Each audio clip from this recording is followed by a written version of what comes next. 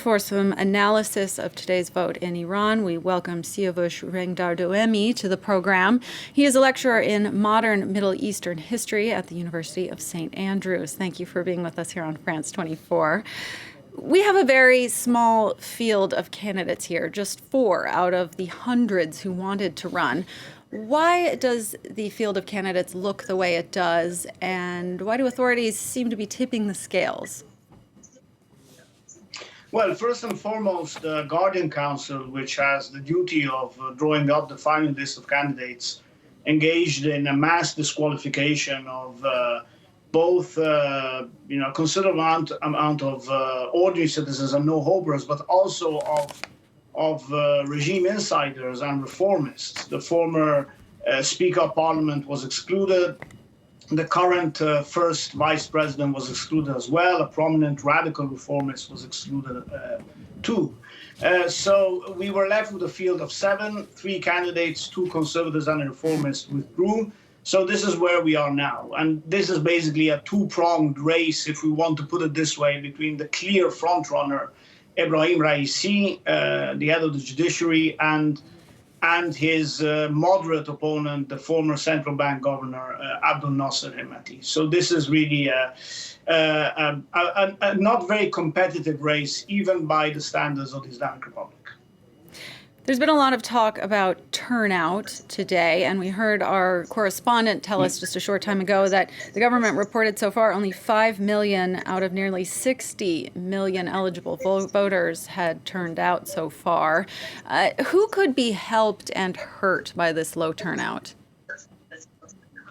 Well, usually higher turnouts have favored the moderate or reformist candidates. The turnout was around 74% 4 years ago when Rouhani won emphatically against the same Raisi that's running today.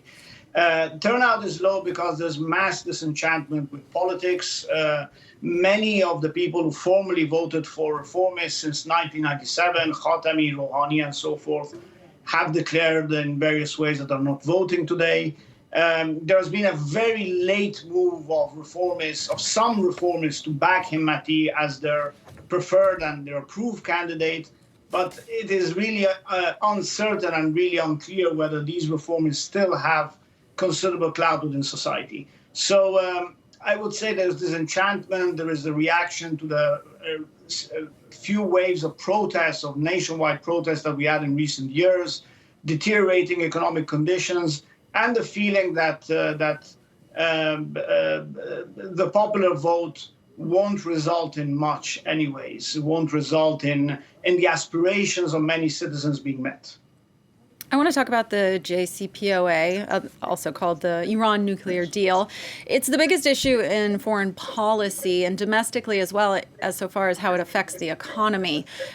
If Raisi wins, as he's predicted to, what could a Raisi presidency do for relations between the West and Iran? Well, this is a bit of a mystery because he hasn't really unveiled who his cabinet will be composed of, or for example, who his running mate or first vice president is, unlike what you have in, say, American elections beforehand. In one of the televised debates, Raisi did say that he would honor the JCPOA, but didn't go beyond that.